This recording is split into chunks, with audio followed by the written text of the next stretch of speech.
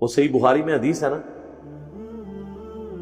سیدنا ابو ہریرہ رضی اللہ تعالیٰ عنہ کے سامنے ایک دفعہ بھنی ہوئی بکری کا گوشت پیش کیا گیا۔ اب عرب کے وہ اس معاشرے میں جہاں روکھی سوکھی بھی مشکل سے لوگوں کو ملتی تھی، اللہ نے ایک نبی کی برکت سے، دین اسلام کی برکت سے انہیں یہ عروج دیا کہ وہ اس قسم کے مہنگے مہنگے کھانے بھی افورڈ کرنا شروع ہو گئے۔ یہ وہی ابو ہریرہ ہیں جن کے بارے میں بخاری میں آتا ہے کہ میرے پر کئی دن کا فاقہ ہوتا تھا، میں اصحاب صفہ میں سے تھا، پیٹ کے بل لیٹا ہوتا تھا، اور راستے میں چلنے والے لوگ مجھے ٹھڈا مار کے چیک کرتے تھے کہ مرغی کا دورہ تو نہیں سے پڑا ہوا، اور میں اپنی بھوک کی وجہ سے لیٹا ہوتا تھا، اور اتنی طاقت نہیں تھی کہ میں اٹھ سکوں۔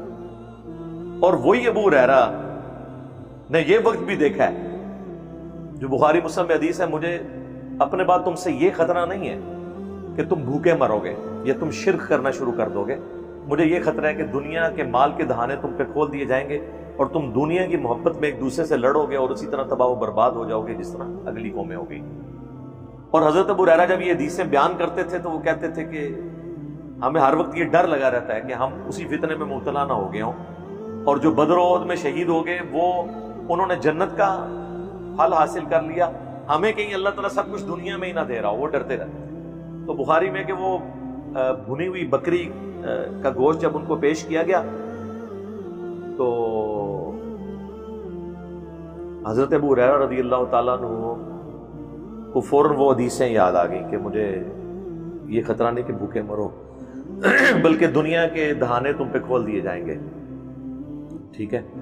اور پھر ان کو نبی الاسلام کی وہ فقر اور وہ آپ کی غربت اور آپ کے فاقے یاد آئے، اور وہ صحابہ جو غزوہ احد کے اندر، بدر کے اندر بڑی غربت کس پرسی کی حالت میں شہید ہوئے، ان کی ساری باتیں ان کو ریمائنڈ ہونا شروع ہوئیں، اور وہ فوراً وہاں سے اٹھ گئے۔ انہوں نے کہا کہ نبی علیہ السلام کی تو پوری زندگی اسی طرح گزری ہے، انہوں نے وہ گوشت کھانے سے انکار کر دیا۔ اس طرح صحیح بخاری میں ایک اور حدیث آتی ہے کہ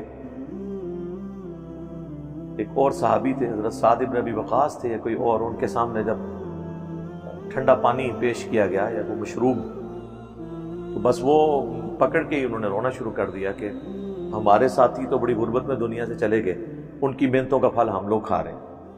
وہ پانی بھی ان کے ہاتھ میں ہی رہ گیا، پی نہیں سکے۔ تو ویسے یہ بڑا مشکل وقت تھا۔ میں کہتا ہوں یہ فلموں میں جو کچھ آپ ٹریجک سٹوریاں دیکھتے اور سنتے ہیں وہ تو کچھ بھی نہیں ہے جو صحابہ کی زندگی میں آپ کو اتار چڑھاؤ نظر آتا ہے۔ ایک طرف غریب بدو مکے کے، اور پھر دنیا کے امام بن گئے۔ انہوں نے اپنا پرانا وقت کبھی بھلایا نہیں ہے۔ صحیح بخاری میں موجود ہے، نبی علیہ السلام نے فرمایا کوئی پیغمبر ایسا نہیں گزرا جس نے بھیڑ بکریاں نہ چرائیں۔ تو صحابہ نے کہا یا رسول اللہ آپ فرمایا ہاں میں نے بھی چند درہم کے عوض، بڑے حقیر سے مال کے عوض مکے کے لوگوں کی بکریاں چرائیں، یعنی یہ میں نے غربت کا وہ وقت دیکھا ہے۔ اچھا وقت تو آپ پہ مڈل ایج میں آیا جب آپ کی شادی ایک امیر عورت سے ہوئی، لیکن جب اسلام کی خدمت شروع کی پھر آپ کے اوپر وہی مشکل وقت آ گیا۔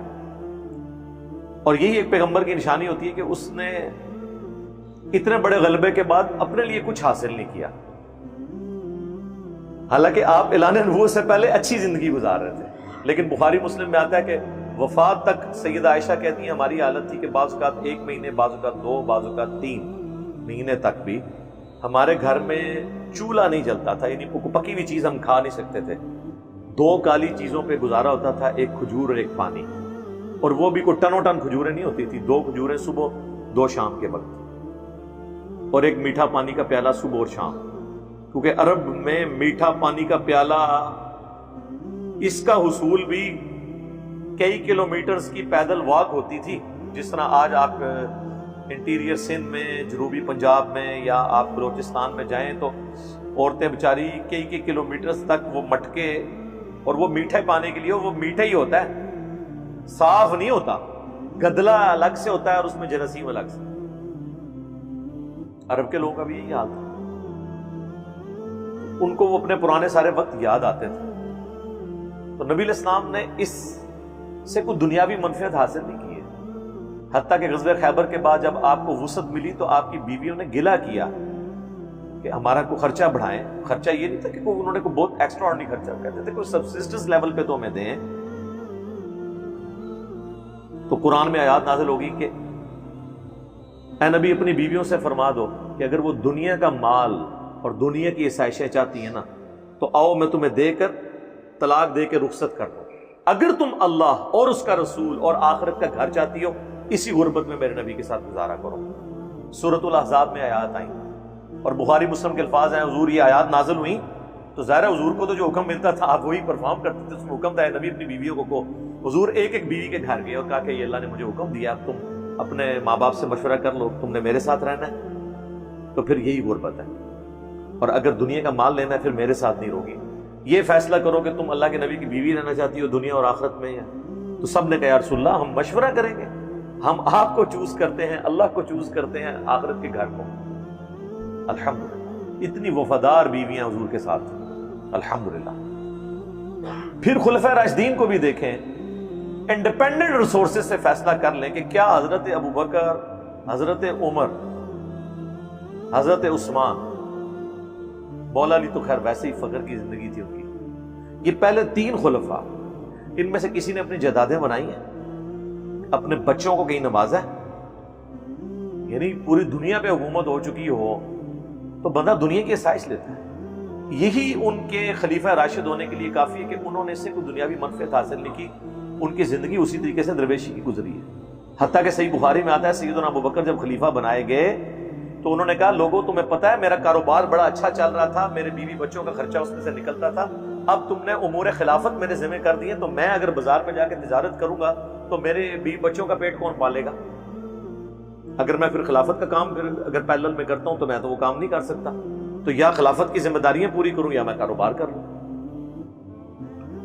تو صحابہ نے پھر مشورہ کر کے ایک عام مہاجر کا جو وظیفہ تھا نا وہ حضرت ابو بکر کا وظیفہ لگا دیا کہ ٹھیک ہے جی.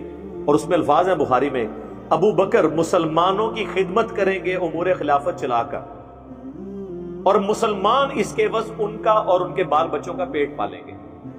ہائے ہائے یار, خلیفہ وقت اتنی بڑی پوسٹ کے اوپر کیا ہمارا پرائم منسٹر, ہمارے آرمی چیف یا ہمارے ریاستی اداروں کے لوگ اپنے بارے میں یہ جملہ سن سکتے ہیں کہ یہ لوگ پاکستان کی خدمت کریں گے اور پاکستان کی عوام ان کا اور ان کے بیوی بچوں کا پیٹ پالیں گے اپنے ٹیکسز سے؟ اور ہو رہا ایسے ہی ہے, پیٹ نہیں پال رہے ہم تو وہ کچھ دے رہے ہیں ان کو کہ میں کہتا ہوں باہر کے ملک میں تو وہ ویلفیئر اسٹیٹ نہیں جو ہمارے یہاں پہ اداروں کے لوگوں کے لیے یا بڑے لوگوں کے لیے پولیٹیشنز کے لیے جو ویلفیئر اسٹیٹ بنی ہوئی ہے. لوگ کہتے ہیں امریکہ یورپ ویلفیئر اسٹیٹ ہے, ہاں وہ عوام کے لیے ہے, لیکن ان کی عوام بھی وہ یاشی نہیں کر رہی جو ہمارے بڑے یہاں پہ پاکستان کے ٹیکسز پہ یاشی کر رہے ہیں. سب سے بڑی ویلفیئر اسٹیٹ یہ ہے, لیکن چند لوگوں کے لیے, ایلیٹس کے. اور سیدنا ابو بکر جو ہیں, اور میں اس میں ویلیو ایڈیشن کرتا ہوں, لوگ کہتے ہیں انجینئر صاحب وہ باتیں بیان کرتے ہیں جو حدیثوں میں نے لکھی ہوتی, تو سر اسی سے دنیا میں تبدیلی آئی ہے نا. انجینئر صاحب 1400 سال پرانی حدیث پڑھ کے 1400 سال بعد کے جو حالات ہیں ان کی انجینئرنگ بھی ساتھ کرتے ہیں. مجھے بتائیں جب سیدنا ابو بکر سے لوگ یہ ان کا وظیفہ مقرر کر رہے تھے اور حضرت ابو بکر یہ کہہ رہے تھے کہ اگر میں امور خلافت چلاؤں گا تو میرے بیوی بچے کہاں سے کھائیں گے, تو کسی نے مشورہ کیوں نہیں کیا کہ حضرت مصلہ اٹھائیں, نیچے سونے دیے کھانا ہی کھانا؟ ہاں, سنجے سے ٹیلے چکو, جیڑے ٹیلے نو ہاتھ پاؤ سونا ہی سونا.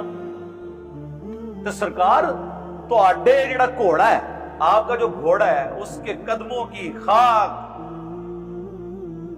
جو اس کے نتنوں میں بیٹھتی ہے اس کو بھی کوئی غوث قطب ابدال بڑے سے بڑا بابا نہیں پہنچ سکتا. تو سرکار وہ تو نگاہیں مار کے سونا بنائیں گے درختوں کو, مسلے اٹھائیں گے تو کانیں ہوں گی. سرکار تسی بھی ایک نگاہ مارو نا, اس زمانے سے کام نہیں سنتے, یہ نہ ہون ہو سکتے نا, آپ بیچ میں ہوتے رہے کیونکہ میڈیا نہیں تھا, اب کر کے بتائے کوئی. سب کہانیاں بنائی بھائی, وہ لوگ ایفرٹ پٹ کرتے تھے, ان کو پتا تھا کہ دنیا میں ایفرٹ ہی تو پٹ کرنی ہے. نگاہ مار کے کچھ ہونا ہوتا تو جنت انعام کس لیے ہوتا, کچھ بھی نہیں ہوتا. صحیح مسلم میں حدیث ہے, ابو سلمہ جو بنو سلمہ تھے, ایک قبیلے کا نام ہے, وہ مدینہ شریف کے قریب شفٹ ہوئے. نبی الاسلام ایک چوراہے سے گزرے تو وہ لوگ کھڑے تھے. آپ نے کہا کس لیے؟ ان کا یا رسول اللہ ہم دور گاؤں میں رہتے ہیں تو مسجد نبوی تک پہنچتے ہوئے ہمیں کچھ ٹائم لگتا ہے, ہم نے سوچا مدینہ شریف میں ہی شفٹ ہو جائیں تاکہ آپ کے پیچھے نماز پڑھ لیا کریں، اتنی دور سے آنا پڑتا ہے۔ آپ نے فرمایا تم جتنے قدم چل کے آتے تھے اتنی نیکیاں تمہیں ملتی تھی۔ تو انہوں نے حضور کے شہر میں شفٹ ہونے کا ارادہ ترک کر دیا کہ ٹھیک ہے ہم دور سے ہی پیدل چل کے آیا کریں گے تاکہ ہمیں نیکیاں ملیں۔ ہمارا یہ معصومانہ سوال ہے کہ یہ بعد کے جو بزرگ ہیں وہ تو کہتے ہیں جی ایک نماز پڑھتے ہیں مدینہ شریف اڑ کے، دوسری اڑ کے پڑھتے ہیں مکہ شریف، تیسری پڑھتے ہیں بیت المقدس، چوتھی بغداد شریف تے پنجویں اجمیر شریف۔ ہم کہتے ہیں صحابہ کرام تو بیچارے مکان شفٹ کر رہے تھے قریب، ان کو حضور نے کوئی مشورہ دیا کہ اڑ کے آ جایا کرو؟ کوئی نہیں اڑ سکتا تھا اس زمانے میں۔ اور جب یہ باتیں کرتے ہیں کہتے ہیں جی آپ بزرگوں کی کرامتیں نہیں مانتے۔ وہ جناب کرامت تب مانے جب کرامت ثابت ہو۔